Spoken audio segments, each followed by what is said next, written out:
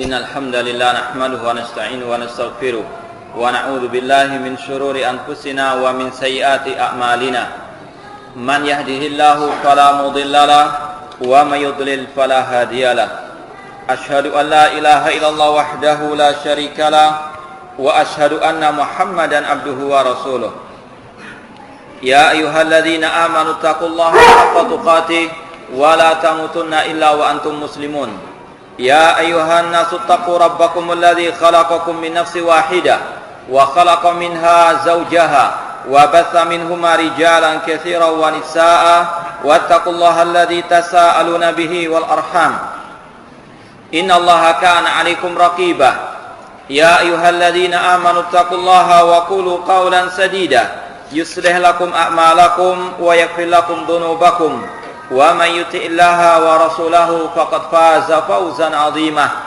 Amma ba'd, fa inna asdaqal hadithi kitabullah wa khairal hadi hadi Muhammadin sallallahu alaihi wasallam wa syarrul umuri muhdatsatuha wa kullu muhdatsatin bid'ah wa kullu bid'atin dhalalah wa kullu dhalalatin finnar. Ikhwani fillah rahimani wa rahimakumullah, kita teruskan kembali kajian tentang akidah al-Imam Asy-Syafi'i rahimallahu taala. Sekarang kita masih dalam pembahasan tentang al-iman bil qada wal qadar, iman tentang takdir Allah Subhanahu wa taala. Di sini Imam Syafi'i rahimahullah menjelaskan kepada kita tentang bagaimana aqidatus salaf, akidah para as-salafus saleh tentang al-iman kepada takdir Allah Subhanahu wa taala. Sudah kita sampaikan sebagiannya, di antaranya ucapan beliau yang disampaikan lewat bait-bait syair. Beliau mengatakan, masyi takana wa illam asya, apa yang engkau kehendaki ya Allah pasti terjadi meskipun aku tidak menghendaki. Wa masyitu illam tasya lam yakun, apa yang aku kehendaki jika engkau tidak menghendaki tidak akan mungkin terjadi. Ini tentang masalah al-masyiah, kehendak Allah Subhanahu wa taala. Kemudian beliau berkata dalam bait yang kedua, khalaqtal ibada ala ma alimta, engkau ya Allah menciptakan hamba-hamba atas apa yang engkau ketahui, beriman tentang ilmunya Allah. Fa fil ilmi yamdil fata wal musin, dengan ilmunya Allah lah manusia yang muda maupun yang tua melalui kehidupan ini. Ala zamananta wa hadza khadalta, kepada orang ini engkau memberikan nikmat kepadanya. Wa hadza khadalta, sedangkan orang ini engkau campakkan. Wa hadza a'anta wa zalam tu'in, yang ini engkau tolong, yang ini tidak engkau tolong. Allah fa'alul lima yurid, Allah berbuat apa yang dia kehendaki. La yus'alu amma yaf'alu wa hum yus'alun, Allah tidak boleh ditanya mengapa Allah berbuat demikian, namun manusia lah yang akan ditanya oleh Allah Subhanahu wa taala. Terserah Allah, karena manusia adalah milik Allah. Allah berbuat kepada hambanya sesuai dengan apa yang dia inginkan, namun Allah tidak pernah berbuat zalim kepada hamba-hambanya. Allah maha adil, meletakkan sesuatu pada tempatnya. Faminhum syaqiyyun wa minhum sa'id, di antara manusia ada yang bahagia, ada yang sengsara. Allah sekali lagi maha adil, meletakkan sesuatu pada tempatnya. Allah memberikan kebahagiaan kepada si fulan dan tidak memberikan kepada si alan. Semua itu atas keadilan Allah, atas ilmunya Allah Subhanahu wa taala. Wa minhum qabihun wa minhum hasan, di antara mereka ada yang baik, ada yang jelek. Sekali lagi Allah maha adil, maha menempatkan sesuatu pada tempatnya. Kata pengarang di sini, famin hadzan nasi na'khudhu isbat Asy-Syafi'i rahimallah li maratibil qadar. Dari bait-bait syair di atas tadi, ini kita bisa mengambil akidahnya Imam Syafi'i tentang masalah takdir. Sudah kita sampaikan pada pertemuan yang lalu, dalam mengimani takdir itu ada 4 hal yang perlu diketahui, yang wajib diimani dalam kandungan iman kepada takdir. Yang pertama, beriman tentang ilmunya Allah. Ilmu Allah mengetahui apa yang telah terjadi, apa yang sedang terjadi, apa yang akan terjadi, dan apa yang tidak terjadi seandainya terjadi. Allah maha mengetahui segala-galanya. Yang kedua, di antara kandungan iman kepada takdir, mengimani tentang Alkitabah, catatan takdir Allah Subhanahu wa taala, bahwasanya segala sesuatu telah tercantum di dalam Lauhul Mahfuz, Tidak akan mungkin manusia bisa mengelak daripada takdir yang sudah dicantumkan dalam Lauhul Mahfuz tersebut. Semua telah tertulis, rufi'atil aqlam, telah diangkat pena-pena. Kemudian yang ketiga, beriman kepada masyiatullah, kehendak Allah Subhanahu wa taala. Apa yang Allah kehendaki pasti terjadi. Manusia punya kehendak, namun kehendak manusia di bawah kehendak Allah Subhanahu wa taala. Wa ma tasyauna illa an yasha'allahu rabbul alamin. Tidaklah kalian berkehendak kecuali Allah juga menghendaki. Yang keempat, wajib mengimani bahwasanya segala sesuatu selain Allah adalah makhluk. Semua adalah ciptaan Allah Subhanahu wa taala. Wallahu khalaqakum wa ma ta'malun. Allah yang menciptakan kalian dan apa yang kalian perbuat. Wa masih wallahi alamun. Wa masih wallahi alam. Setiap yang selain Allah atau wa masih wallahi alam. Setiap yang selain Allah adalah makhluk.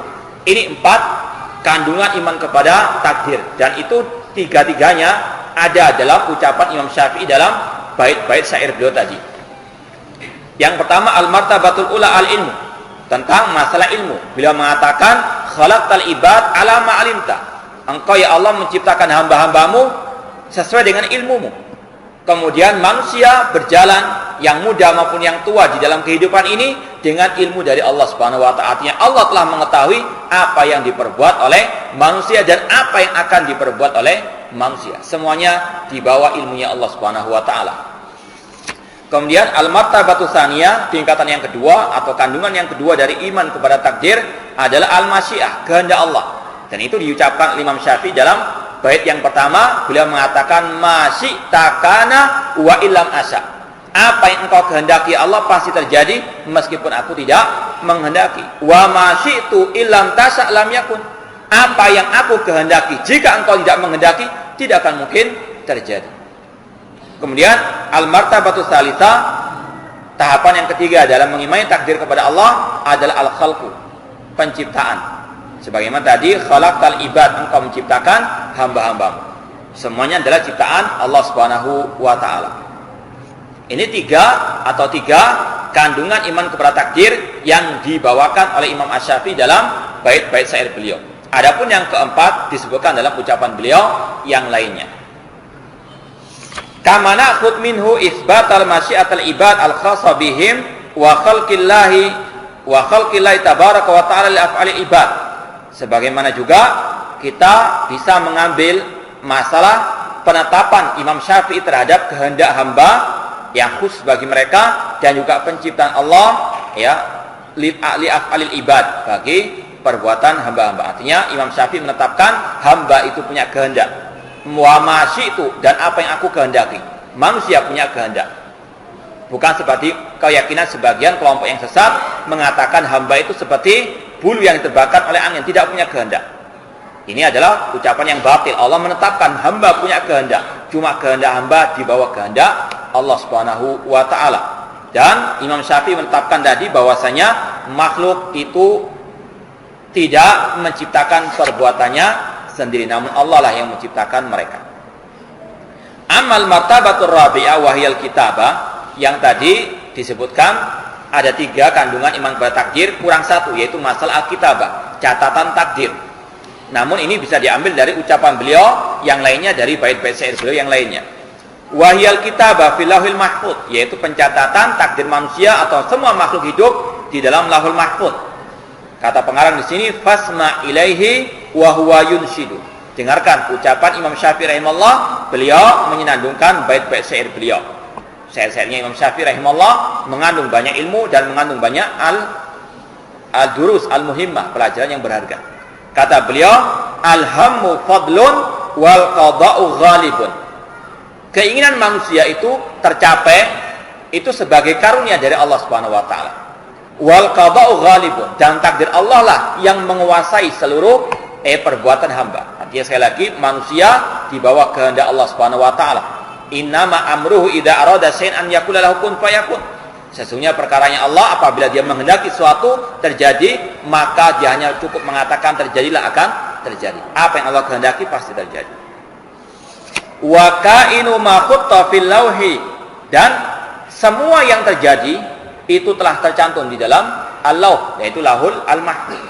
Ini intinya bahwa Imam Syafi'i rahimahullah meyakini semua yang terjadi di alam semesta ini telah tercantum di dalam Lauhul Mahfuz. Dan itu yang sudah kita sampaikan dalilnya dalam surat Al-Hadid. Allah berfirman, "Ma asaba min musibatin fil ardi wala fi anfusikum illa fi kitabin min qabli an nabra'aha inna dzalika 'ala Allah yasir." Dan tidaklah musibah menimpa di atas muka bumi ini atau menimpa di dalam diri kalian kecuali fi kitab, telah ada di dalam kitab, yaitu Lauhul Mahfuz, sebelum Allah menurunkan musibah tersebut. Dan itu adalah mudah bagi Allah Subhanahu wa taala. Kemudian Allah menjelaskan apa faedahnya kita beriman kepada takdir, beriman kepada catatan takdir Allah di dalam Lauhul Mahfuz. Likaila ta'sau ala ma fatakum, agar kalian tidak putus asa atas apa yang menimpa diri kalian daripada musibah. Bangkrut dalam perdagangan atau dalam usaha, itu kalau kita meyakini itu dalam Lauhul Mahfuz sudah tercatat, maka kita tidak perlu putus asa. Kita yakini sudah takdir Allah Subhanahu wa taala. Mengapa kita resah, mengapa kita sampai stres dan sebagainya, semua telah dicatat oleh Allah Subhanahu wa taala, dan itu pasti banyak hikmah yang bisa kita petik. Demikian pula kalau kita mendapatkan kenikmatan, Allah mengatakan likaila ta'sau ala ma fatakum wala tafrahu bima atakum, dan agar kalian tidak terlalu gembira dengan apa yang kalian peroleh daripada kenikmatan Allah Subhanahu wa taala. Semuanya telah dicatat Allah Subhanahu wa taala. Rasul mengatakan ma asabaka lam yakun yukhti'ak, apa yang akan menimpamu tidak akan mungkin meleset darimu. Namun sebaliknya, yang tidak dicatat di dalam Lauhul Mahfuz tidak akan mungkin menimpamu. Kalau seorang muslim meyakini seperti ini, tenang hatinya. Dia berjalan sesuai dengan apa yang disyariatkan Allah Subhanahu wa taala. Dia berusaha sekuat tenaga mencari yang bermanfaat di dunia maupun di akhirat, dan bertawakal kepada Allah Subhanahu wa taala. Yang terjadi biarlah terjadi, dan apa yang akan terjadi silahkan terjadi. Yang penting sudah usaha dan dia betul-betul bertawakal kepada Allah Subhanahu wa taala. Karena manusia telah tercatat semua gerak-geriknya dan apa yang akan terjadi dan apa menimpanya di dalam Lauhul Mahfuz. Tujuannya likaila ta'sau ala ma fatakum, agar kalian tidak putus asa, stres, frustasi, naudzubillah, sampai bunuh diri karena apa yang menimpa diri kalian. Kemudian kalau kalian mendapatkan kenikmatan, jangan terlalu gembira karena semua telah dicatat oleh Allah Subhanahu wa taala. Dan juga kita yakini roda dunia terus berputar, tidak akan mungkin manusia kekal abadi dalam satu keadaan di atas muka bumi ini. Fandur rauha wa asbabahu, kata Imam Syafi'i rahimahullah, lihatlah kepada rahmat Allah dan sebab-sebab datangnya rahmat Allah. Alaysa minna katbun minar rahi, bukankah kita telah dicatat Allah taala mendapatkan rahmat darinya. Semuanya telah dicatat di dalam Lauhul Mahfuz. Kemudian wa an khalqi af'alil ibad yaqulu rahimallah. Tadi sudah disampaikan sikap atau akidah Imam Syafi'i rahimahullah tentang iman kepada takdir, yang itu mencakup 4 hal tadi. Masalah ilmu Allah, catatan takdir Allah, kemudian kehendak Allah, dan penciptaan Allah Subhanahu wa taala. Adapun masalah hamba itu perbuatannya diciptakan oleh Allah Subhanahu wa taala, maka beliau Imam Syafi'i mengatakan annasu lam yakhluqu a'malahum.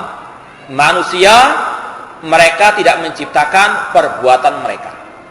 Bal hiya khalqun minallahi ta'ala. Bahkan perbuatan hamba itu ciptaan dari Allah. Fi'lun lil ibad, yang berbuat hamba betul. Namun yang menciptakan adalah Allah Subhanahu wa taala. Seperti yang sudah kita sampaikan tadi, ayatnya dalam surat As-Saffat, wallahu khalaqakum wa ma ta'malun. Allah yang menciptakan kalian dan apa yang kalian perbuat. Di sini Imam Syafi'i rahimahullah dan juga ulama-ulama salaf menjelaskan masalah ini karena ada kelompok ahlul bid'ah, yaitu kelompok Al-Qadariyah, yang mereka meyakini bahwasanya manusia itulah yang menciptakan perbuatan jelek mereka. Kata mereka, perbuatan jelek itu ciptaan manusia, perbuatan baik ciptaan Allah. Seolah-olah mereka menyatakan adanya 2 pencipta, adanya 2 Tuhan, Dan dari sinilah Rasul mengatakan Al-Qadariyatu majusu hadil ummah. Kelompok Qadariyah itu majusinya umat ini. Kenapa? Kelompok majusi punya keyakinan adanya 2 Tuhan di dalam alam semesta ini. Tuhan cahaya dan Tuhan kegelapan. Tuhan cahaya adalah Tuhan kebaikan, Tuhan kegelapan adalah Tuhan kejelekan. Maka kelompok Qadariyah ini memiliki kemiripan dengan kelompok Al-Majus. Maka Rasul mengatakan kelompok Qadariyah itu majusinya umat ini. Ini adalah kelompok yang sesat, yang muncul dahulu pada zaman para sahabat Rasulullah SAW. Sudah pernah kita sampaikan di sini, diceritakan dalam awal Sahih Muslim, sebelum Imam Muslim menyampaikan hadis tentang Jibril, yaitu tentang datangnya Jibril bertanya tentang Islam, iman dan al-ihsan, dibawakan cerita terlebih dahulu, yaitu kisah dua orang tabi'in, Yahya bin Ya'mar wa Humaid bin Abdurrahman al-Himyari. Dua orang ini datang dari Basrah untuk haji atau umrah di Mekah, ketemu dengan Abdullah bin Umar radhiyallahu taala anhuma. Kemudian mereka bertanya kepada beliau, Abdullah bin Umar, tentang kelompok yang muncul di negeri mereka, Basrah, yang dipelopori oleh seorang yang bernama Ma'bad al-Juhani. Kelompok ini mengatakan anal amra unfun, bahwasanya Allah tidak mengetahui sesuatu kecuali setelah terjadinya. Ini keyakinan mereka, bahwasanya anal amra unfun, sesuatu itu tidak diketahui oleh Allah sampai terjadinya. Sebelumnya Allah tidak tahu. Dan ini pula yang diyakini oleh kelompok Syiah. Kelompok Syiah memiliki keyakinan al-bada. Di antara akidah kufurnya Syiah, akidatul bada, meyakini bahwasanya Allah tidak mengetahui sesuatu kecuali setelah apa? Terjadinya. Berlainan dengan imam-imam mereka. Imam-imam mereka mengetahui segala sesuatu sebelum apa? Terjadinya. Mereka apa? Lebih menuhankan imam-imam mereka daripada Allah Subhanahu wa taala. Ini keyakinan Qadariyah yang diadopsi oleh kelompok Asyiah. Kemudian juga di antara kelompok Qadariyah yang dilaporkan oleh dua orang tabi'in ini, mereka mengatakan anal amra unfun wa alla qadar, dan bahwasanya Allah tidak mentakdirkan perbuatan hamba. Maka ketika Abdullah bin Umar mendengar ucapan mereka ini, beliau mengatakan, idza laqitum haula fa akhbiru anna Abdullah bin Umar bari'un minhum wa hum bura'un minni. Kalau kalian bertemu lagi dengan mereka, sampaikan bahwasanya Abdullah bin Umar berlepas diri dari mereka dan mereka berlepas diri daripada Abdullah bin Umar. Kemudian beliau mengatakan, waladi nafsi biyadi, demi Allah yang jiwa ku ada di tangannya. Waladi nafsi biyadi, demi Allah yang zat yang jiwa ku ada di tangannya. Lau anna ahadahum anfaqa misla uhudin dhahaban ma qabilallah hatta yu'mina bil qadar. Seandainya mereka kelompok Qadariyah itu menginfakkan satu gunung Uhud emas, tidak akan Allah terima sampai mereka beriman kepada takdir. Kata Imam Nawawi rahimahullah dalam syarah hadis ini, beliau mengatakan ini jelas-jelas menyatakan bahwasanya Abdullah bin Umar mengkafirkan kelompok Al-Qadariyah. Karena apa? Keyakinan mereka yang mengatakan bahwasanya Allah tidak mengetahui sesuatu kecuali setelah apa? Terjadinya, dan bahwasanya Allah tidak menciptakan perbuatan hamba-hamba. Ini masalah iman kepada takdir, masalah apa? Iman dan kufur yang harus kita betul-betul berpegang dengan mazhab as-salaf, karena banyak kelompok-kelompok yang sesat dalam memahami at-takdir ini. Wa qala rahimallah, Imam Syafi'i juga berkata, inna masyiatal ibad hiya ilallahi ta'ala. Kehendak hamba itu nanti kembali kepada kehendak Allah Subhanahu wa taala. Kehendak hamba itu akan kembali kepada kehendak Allah Subhanahu wa taala. Dan itu yang kita tanpa dalil pun kita sudah mengetahui hal akan ini. Bahwasanya kehendak manusia itu di bawah kehendak Allah. Contoh banyak sekali, kita banyak menginginkan sesuatu namun tidak pernah terwujud.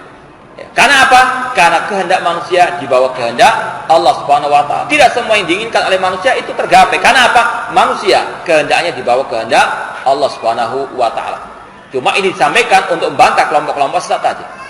Makanya sebetulnya kalau tidak ada kelompok-kelompok al-bid'ah itu, sebenarnya kita lebih tenang. Namun mereka yang membuat resah kaum muslimin. Sehingga para ulama pun bergegas untuk menulis kitab-kitab membantah mereka.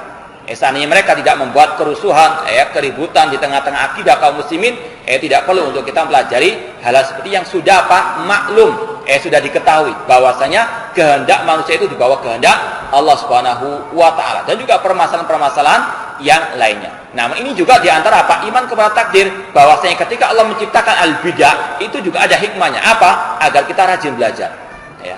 Kalau kita tidak mengetahui adanya al-bidah, mungkin kita nggak perlu belajar kitab-kitab akidah seperti ini. Sudah, alam fitrah sudah. Namun karena al-bidah lah kita apa? Tekun belajar, kita waspada dari ancaman bahaya akidah mereka, sehingga kita apa? Rajin belajar. Semuanya ada hikmahnya. Sebagaimana kata al-ulama, iblis misalnya merupakan sumber kejahatan, sumber kejelekan. Cuma kata para ulama, semua ciptaan Allah ada hikmahnya, yang jelek ataupun yang baik. Kata Imam Ibnu Qayyim rahimahullah, tanpa adanya iblis tidak ada orang berbuat maksiat. Kalau nggak ada orang berbuat maksiat, tidak ada orang yang bertobat. Padahal Allah mengatakan innallaha yuhibbut tawwabin wa yuhibbul al-mutatahhirin. Demikian pula kalau tidak ada iblis, tidak ada orang kafir. Kalau tidak ada orang kafir, tidak ada jihad di jalan Allah Subhanahu wa taala. Intinya apa? Semua ciptaan Allah ada hikmah. Terkadang bisa diketahui, terkadang tidak bisa apa? Kita ketahui. Cuma sekali lagi, semua perbuatan Allah itu baik, tidak ada yang jelek. Yang jelek itu pada perbuatan manusia. Wala yasha'una illa an yasha'allahu rabbul alamin. Dan tidaklah manusia berkehendak kecuali Allah juga berkehendak. Fa innan nasa lam yakhluqu amalahu. Manusia tidak menciptakan perbuatan mereka. Wa ya khalqun min khalqillahi ta'ala. Perbuatan manusia adalah ciptaan dari ciptaan-ciptaan Allah Subhanahu wa taala. Af'alul ibad, namun yang berbuat adalah hamba itu sendiri. Makanya yang merasakan siksa atau azab ataupun pahala adalah hamba itu sendiri. Karena apa? Mereka yang berbuat, meskipun Allah yang menciptakan perbuatan mereka. Wa innal qadara khairahu wa syarrahu minallahi azza wa jalla. Bahwasanya takdir yang baik dan yang jelek itu semua dari Allah Subhanahu wa taala. Semua dari Allah Subhanahu wa taala, cuma manusia yang apa? Yang melaksanakannya. Wa fi isbat iradatillahi al-kauniyah yaqulu rahimallah.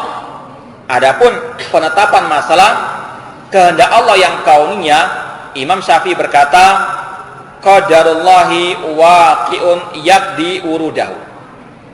Takdir Allah waqi'un, pasti terjadi. Yaqdi wurudahu, pasti akan terjadi. Qad madha fika hikmatun wa qadha ma yuriduhu. Apa yang terjadi pada dirimu itu sesuai dengan hikmah dari Allah Subhanahu wa taala, dan pasti akan terjadi apa yang Dia inginkan. Apa yang diinginkan Allah pasti terjadi. Kemudian wallahu alam, ini ada sedikit kesamaran.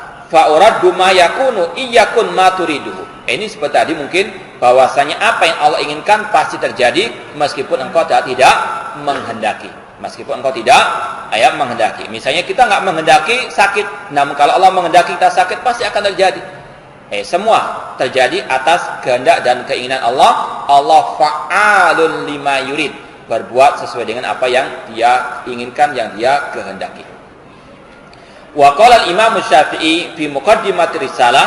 Imam Syafi'i berkata dalam muqaddimah pembukaan kitab beliau Ar-Risalah, wa asta'inuhu isti'anata man la haula lahu wa la quwwata illa bihi.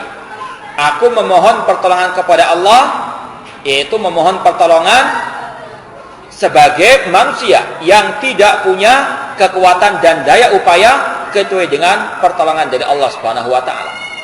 Wa astahdi, dan aku memohon hidayah, petunjuk kepada Allah, bihudahul ladzi la yadhillu man an'ama bihi alaihi. Aku mohon kepada Allah petunjuk yang mana dengan petunjuknya itu tidak akan mungkin sesat orang yang telah diberikan nikmat tersebut oleh Allah Subhanahu wa taala. Ini juga mencakup masalah takdir, bahwasanya Allah mengetahui siapa yang berhak mendapatkan petunjuk dan siapa yang berhak mendapatkan kesesatan. Dan sudah kita sampaikan kemarin, semuanya ada hukum sebab akibat. Tidak begitu saja Allah memberikan hidayah, tidak begitu saja Allah menyesatkan manusia. Semuanya ada hukum sebab akibat. Yang tidak mau mencari petunjuk Allah sesatkan. Falamma zaghu azaghallahu qulubahum. Ketika mereka berpaling dari ajaran Allah, semakin Allah palingkan.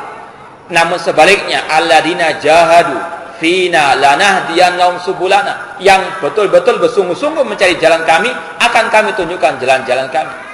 Ini ada hukum sebab akibat. Allah mengetahui siapa yang berhak mendapatkan petunjuk dan siapa yang berhak mendapatkan kesesatan. Wa qala fi mawdi'in akhar, Beliau berkata dalam tempat yang lain, fahada bi kitabihi summa ala lisani rasulihi nabiyhi sallallahu alaihi wasallam man an'ama alaihi.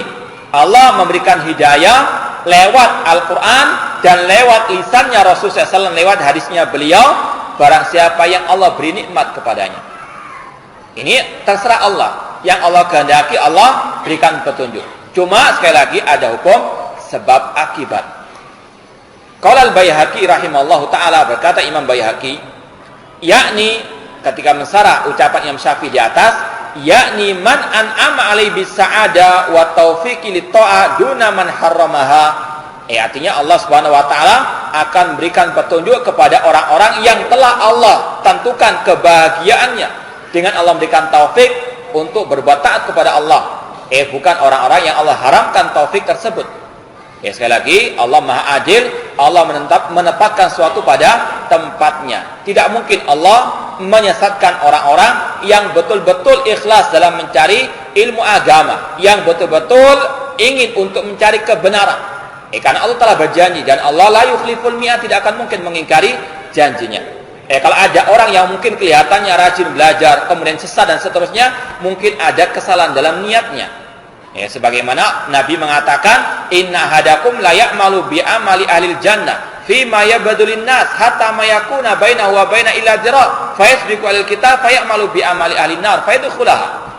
Kata Rasulullah SAW dalam hadis riwayat Bukhari, sesungguhnya salah seorang di antara kalian ada orang-orang yang dahulunya berbuat amal soleh sebagaimana penghuni surga, sampai antara dia dengan surga hanya sejengkal saja. Namun takdir mendahulinya, dia pun pada akhir hidupnya berbuat penghuni atau berbuat perbuatan penghuni neraka, maka dia pun masuk ke dalam api neraka. Akhirnya apa? Su'ul khatimah. Na'udzubillahi min su'il khatimah. Karena apa? Dalam hadis tersebut dikatakan fi ma yabdulun nas. Ketika dia berbuat amal saleh, dia riya, ingin dipuji oleh manusia, maka pada akhir hayatnya dibalikkan keadaannya oleh Allah Subhanahu wa taala. Oleh karena itu ini pentingnya apa? Ikhlas dalam kita berbuat al-amal saleh, khususnya dalam kita talabul ilmi.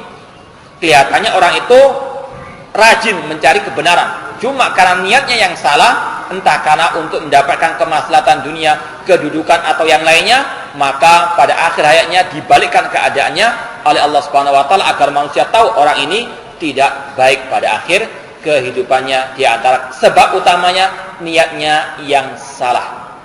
Sekali lagi, kalau orang itu betul-betul ikhlas mencari kebenaran, pasti Allah akan tunjukkan apa? Kebenaran tersebut.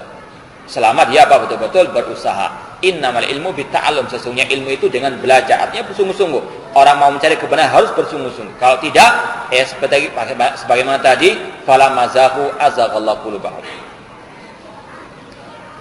Fa bayyana bihadza anna da'wa amatun wal hidayah allati hiya taufiq li taati wal ismati al ma'siyati khasatun kama qala Allah azza wa jalla wallahu yad'u ila daris salami wa yahdi man yasha'u ila siratin mustaqim.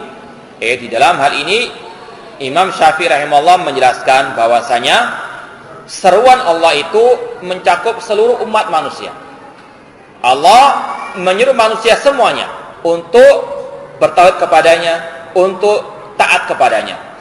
Namun wal hidayah, adapun hidayah yang merupakan taufik dari Allah Subhanahu wa taala untuk taat kepadanya, untuk dijauhkan dari kemaksiatan, itu khusus bagi orang-orang pilihan Allah Subhanahu wa taala. Makanya dalam Al-Qur'an Allah juga menyebutkan, misalnya dalam ayat surah Al-Baqarah tentang masalah puasa, syahrul ramadan alladzi unzila fihil Qur'an hudan linnas. Bulan Ramadan yang Allah turunkan di dalamnya Al-Qur'an sebagai hudan linnas, petunjuk bagi manusia. Al-Qur'an petunjuk bagi manusia. Namun dalam ayat yang pertama Allah mengatakan dzalikal kitabul la raiba fihi hudan lil muttaqin, petunjuk bagi yang bertakwa. Di sini Allah membedakan. Secara asal Al-Qur'an memang untuk seluruh umat manusia. Cuma yang Allah berikan hidayah mendapatkan manfaat dari Al-Quran hanyalah lil muttaqin, yang bertakwa kepada Allah Subhanahu wa taala. Jadi hidayah sekali lagi ada dua juga. Hidayah al-irsyad, Allah menyeru manusia untuk bertauhid kepadanya, namun tidak semua orang bisa bertauhid kepadanya. Karena apa? Allah mengkhususkan orang-orang yang bertauhid. Karena apa? Mereka yang betul-betul mencari jalan Allah Subhanahu wa taala. Sebagaimana juga Allah berfirman, wallahu yad'u ila daris salam. Allah menyeru manusia ke daris salam, ke dalam surganya. Cuma selanjutnya Allah mengatakan wa yahdi man yasha. Allah memberikan hidayah kepada siapa yang Dia kehendaki. Tidak semua Allah kehendaki mendapatkan hidayah. Karena apa? Karena Allah tahu siapa yang berhak mendapatkan hidayah dan siapa yang berhak mendapatkan kesesatan. Ini namanya adil, menempatkan sesuatu pada tempatnya. Tidak mungkin Allah samakan yang malas-malasan mencari hidayah dengan yang bersungguh-sungguh mencari hidayah. Ini maha adil. Bukan namanya adil itu menyamaratakan semuanya, tidak. Yang maha adil itu yang menempatkan sesuatu pada tempatnya. Sebagaimana Allah juga berfirman, hal yastawil ladina ya'lamuna wal ladina la ya'lamun. Apakah sama orang yang tahu ilmu agama dengan yang tidak tahu ilmu agama? Jawabnya tentu tidak sama. Afanaj'alul muslimina kal mujrimin. Allah mengatakan, apakah kami akan menyamakan orang muslimin dengan orang mujrimin, orang kafir, orang yang berbuat maksiat? Jawabnya tidak mungkin sama.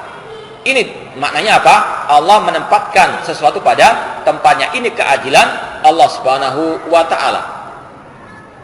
Wa qala rahimallahu 'anil qadariyah.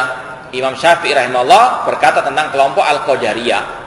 Al-qadariyatu alladzina qala Rasulullah sallallahu hum majusu hadil ummah alladzina yaquluna innallaha la ya'lamul ma'asi hatta takun. Di antara kelompok yang menyimpang dalam masalah takdir, yaitu kelompok yang dinamakan kelompok Qadariyah, yang mana Rasul mengatakan kelompok Qadariyah itu majusinya umat ini. Kata Imam Syafi'i, siapa mereka itu? Yaitu orang-orang yang mengatakan bahwasanya Allah tidak mengetahui kemaksiatan sampai terjadi, baru Allah mengetahui. Ini sebetulnya adalah pelecehan kepada Allah Subhanahu wa taala. Yaitu bahwasanya Allah awalnya itu jahil, tidak mengetahui, baru setelah terjadi mengetahui. Makanya dikatakan oleh Abdullah bin Umar tadi, ini adalah ucapan yang kufur, ucapan yang mengatakan bahwasanya Allah tidak mengetahui sesuatu kecuali setelah terjadinya.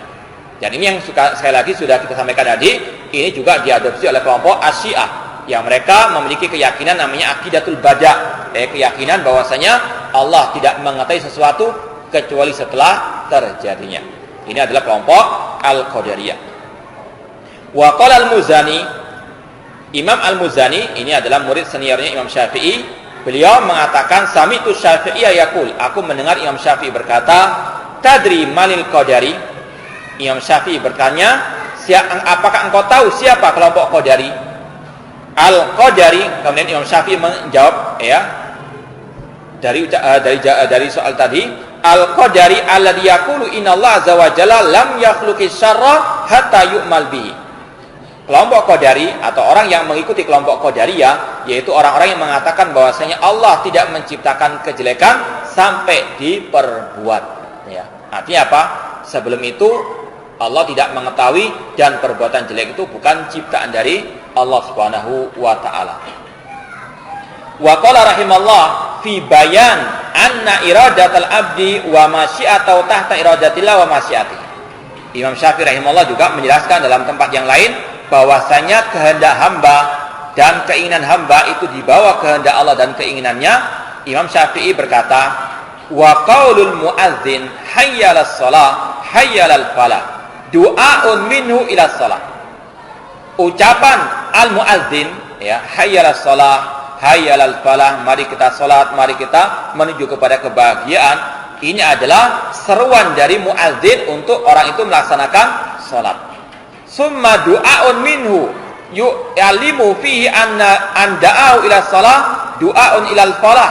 Dan sekaligus muadzin tadi menyerukan, mengajarkan kepada kita bahwasanya seruan kepada salat itu maknanya juga seruan menuju kepada kebahagiaan. Maka wayan bagi liman da'a ilal falah bisalah, maka barang siapa yang ingin menyeru orang kepada kebahagiaan, maka serulah manusia kepada salat. Kemudian wa alima atau wa ulima anna la yati bi ta'a fi shalah wala fi ghairiha illa bi aunillah. Oleh karena itulah ketika seorang muadzin menyerukan hayya shalah hayya falah, apa yang kita jawab? La haula wala quwata illa billah. Intinya apa? Kita tidak akan mungkin bisa mendatangi seruan salat tersebut kecuali dengan pertolongan dari Allah, kecuali dengan kehendak dari Allah Subhanahu wa taala. Ini menunjukkan bahwasanya kehendak hamba di bawah kehendak Allah Subhanahu wa taala. Ya. Dan dari sini kita mengetahui bahwasanya doa-doa, zikir-zikir yang diajarkan oleh Rasulullah SAW itu sebenarnya banyak mengandung pelajaran-pelajaran berharga. Di antaranya masalah akidah. Ya. Ketika seorang muadzin sekali lagi menyerukan hayya 'alas shalah, kita hanya bisa mengatakan la haula wala quwata illa billah. Tanpa pertolongan dari Allah tidak akan mungkin kita bisa mendatangi seruan tersebut. Mungkin kita sakit, mungkin kita tidak mendapatkan hidayah dari Allah, malas untuk mendatangi masjid Allah, hidayah dari Allah Subhanahu wa taala. La haula wala quwata illa billah. Ketika kita keluar dari rumah misalnya, kita membaca doa bismillahi tawakkaltu 'ala Allah la haula wala quwata illa billah. Ya, dengan menyebut nama Allah, aku bertawakal kepada Allah, tidak ada daya dan kekuatan kecuali dengan pertolongan dari Allah Subhanahu wa taala. Kita keluar untuk mencari nafkah, tidak akan mungkin kita bisa mendapatkannya kecuali dengan taufik hidayah dari Allah Subhanahu wa taala. Kita menginginkan seperti itu, tapi kalau Allah tidak menginginkan, tidak akan mungkin terjadi. Makanya kita selalu mengatakan apa? La haula wala quwata illa billah. Ini maksud Imam Asy-Syafi'i rahimahullah taala mencantumkan masalah hal ini, yaitu bahwasanya kehendak Allah itu di atas semua kehendak manusia. Namun sekali lagi, wa kulluhum yataqallabuna fi masyiatihi baina fadlihi wa adlihi. Imam Tahawi mengatakan manusia itu kehidupannya masuk dalam kehendak Allah Subhanahu wa taala.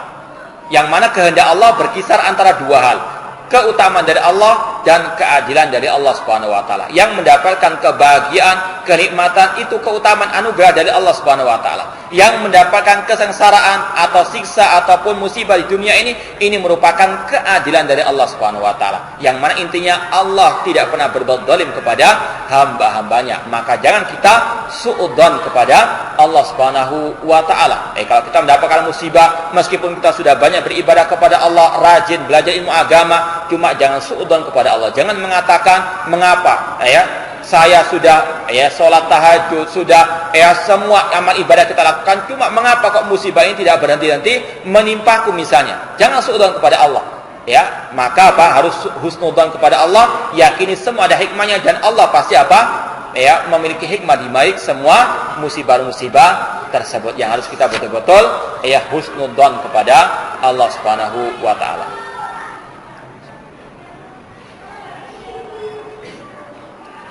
Ini akhir pembahasan dalam iman kepada takdir. Kita lanjutkan bab yang baru, Al-Faslur Rabi', pasal yang keempat, Aqidatul Imam Syafi'i fi Sahabah. Akidah Imam Syafi'i terhadap sahabat Rasulullah SAW. Pada pembahasan-pembahasan sebelumnya ini berkaitan dengan masalah rukun iman, sampai rukun iman kepada takdir Allah Subhanahu wa taala. Sekarang bagaimana akidah Imam Syafi'i terhadap sahabat Rasulullah SAW? Qala Syafi'i rahimahullah, berkata Imam Syafi'i rahimahullah, wa qad asnallahu tabaraka wa ta'ala ala ashabi Rasulullah sallallahu alaihi wasallam fil Qur'ani wat Taurati wal Injil. Allah Subhanahu wa taala memuji para sahabat Rasulullah sallallahu alaihi wasallam baik di dalam Al-Qur'an, baik di dalam Taurat dan di dalam Al-Injil. Sebagaimana yang Allah firmankan dalam akhir surat Al-Fatah. Allah berfirman, Muhammadun Rasulullah walladzina ma'ahu asyidda'u 'alal kuffari ruhama'u bainahum tarahum ruk'an sujada yabtaghuna fadlan minallahi wa ridwana simahum fi wujuhihim min athari sujud dzalika mathaluhum fit Taurati wal Injil. Muhammad adalah utusan Allah dan orang-orang yang bersama beliau yaitu para sahabat, mereka sangat keras kepada orang kafir dan kasih sayang kepada orang-orang yang beriman. Mereka engkau lihat ruk'an sujada, ruku dan sujud mengharapkan keutamaan dan keridhaan dari Allah Subhanahu wa taala. Tanda-tanda mereka ada pada bekas-bekas sujud mereka. Demikianlah permisalan mereka dalam Taurat wal Injil. Sebelum Allah mengutus Nabi Muhammad SAW Allah sudah mengabarkan kepada orang-orang ahli kitab bahwasanya ada umat nanti setelah mereka, yaitu pengikut Rasulullah SAW yang permisalan mereka sangat indah, yang Allah puji mereka. Ini menunjukkan bahwasanya para sahabat adalah sebaik-baik manusia setelah para al-anbiya. Manusia terbaik setelah para anbiya adalah para sahabat ar-Rasul sallallahu alaihi wasallam. Wa sabaqa lahum ala lisani Rasulullah SAW minal fadl ma laysa li ahadin ba'dahu. Demikian pula Rasul SAW telah memuji mereka dengan pujian yang tidak didapatkan oleh orang-orang setelah para sahabat Rasul SAW. Al-Quran dan hadis banyak sekali memuji para sahabat. Rasul mengatakan khairun nasi qarni, sebaik-baik manusia adalah generasiku, yaitu para sahabat Rasulullah sallallahu alaihi wasallam. Farahimahumullahu wa hannahum bima atahum min dalika bi bulughi a'la manazil siddiqin wa syuhada'i wa salihin. Maka semoga Allah merahmati mereka. Ini adalah salah satu sikap orang beriman, sikap ahli sunnah terhadap para sahabat, yaitu mendoakan para sahabat Rasulullah SAW. Sebagaimana Allah berfirman, "Walladzina ja'u min ba'dihim yaquluna rabbana ighfir lana wa li ikhwanina alladzina sabaquna bil iman." Dan orang-orang yang datang setelah para sahabat, mereka mendoakan, "Ya Allah, ampunilah kami dan saudara-saudara kami yang mendahului kami dengan keimanan." Ini sikap ahli sunnah, sikap orang beriman kepada para sahabat Rasulullah SAW, mendoakan mereka, memuji mereka, mencintai mereka. Dan ini dibawakan oleh para ulama, di antara tujuannya untuk membantah kelompok Syiah yang mereka sangat benci kepada para sahabat Rasulullah sallallahu alaihi wasallam. Bahkan mengkafirkan para sahabat Rasulullah sallallahu alaihi wasallam. Justru mereka lah yang sesungguhnya adalah orang kufar yang keluar daripada al-Islam karena akidah mereka dan karena keyakinan mereka kepada para sahabat Rasulullah sallallahu alaihi wasallam. Kata Imam Syafi'i rahimahullah, wa hanna'ahum, semoga Allah memberikan keutamaan kepada mereka dengan Allah memberikan kepada mereka tingkatan yang paling tinggi dari tingkatan para siddiqin, para syuhada dan orang-orang yang saleh. Hum addau ilaina sunana Rasulullah sallallahu alaihi wasallam. Mereka lah para sahabat yang berjasa kepada kita, yang menyampaikan Al-Quran dan hadis Rasulullah SAW kepada kita. Tanpa mereka setelah Allah Subhanahu wa taala tidak akan mungkin Al-Quran dan hadis sampai kepada kita. Islam sampai kepada kita yang merupakan nikmat termulia, yang teragung dalam hidup kita. Itu tidak akan mungkin kita bisa raih kecuali dengan jasa para sahabat Rasulullah SAW ba'dallahi ta'ala, setelah Allah Subhanahu wa ta'ala. Maka sungguh celaka, sungguh binasa orang-orang yang mencaci maki, yang membenci para sahabat Rasulullah SAW. Padahal mereka adalah pejuang pertama dalam al-Islam. Mereka lah yang menyampaikan kepada kita sunnahnya Rasulullah SAW, hadisnya Rasulullah SAW. Wasahaduhu, dan mereka lah orang pertama kali yang menyaksikan bagaimana wahyu Allah turun kepada Rasulullah SAW. Yang mereka pertama kali menyaksikan hadis Rasulullah SAW itu keluar daripada Nabi Sallallahu Alaihi Wasallam. Yanzil alaihi, mereka yang menyaksikan bagaimana wahyu turun kepada Ar-Rasul. Fa'alimu ma arada Rasulullah SAW aman wa khasan wa azman wa irsyadan. Mereka lah orang yang paling tahu tentang apa yang diinginkan oleh Rasulullah SAW. Mereka lah yang paling tahu tentang tafsir Al-Quran. Mereka lah orang yang paling tahu tentang makna hadis Rasulullah SAW. Mereka lah orang yang paling tahu tentang al-Islam yang as-sahih, yang murni, Islam yang belum tercampuri dengan kebid'ahan ataupun kesyirikan atau yang lainnya. Makanya kita dakwah salafiyah selalu mengatakan kita harus kembali kepada Al-Quran dan Sunnah sesuai dengan pemahaman para sahabat. Kenapa? Karena mereka yang paling tahu tentang Islam, yang langsung belajar ilmu agama dari Rasulullah Shallallahu Alaihi Wasallam. Yang menyimpang dari pemahaman para sahabat adalah dhalalul mubin, adalah kesesatan yang nyata. Karena al-haqqu wahid, kebenaran hanya satu. Wa famada badal haqqi ila dhalal. Tidaklah setelah kebenaran kecuali kesesatan. Mereka para sahabat yang paling tahu apa yang diinginkan oleh Rasulullah SAW.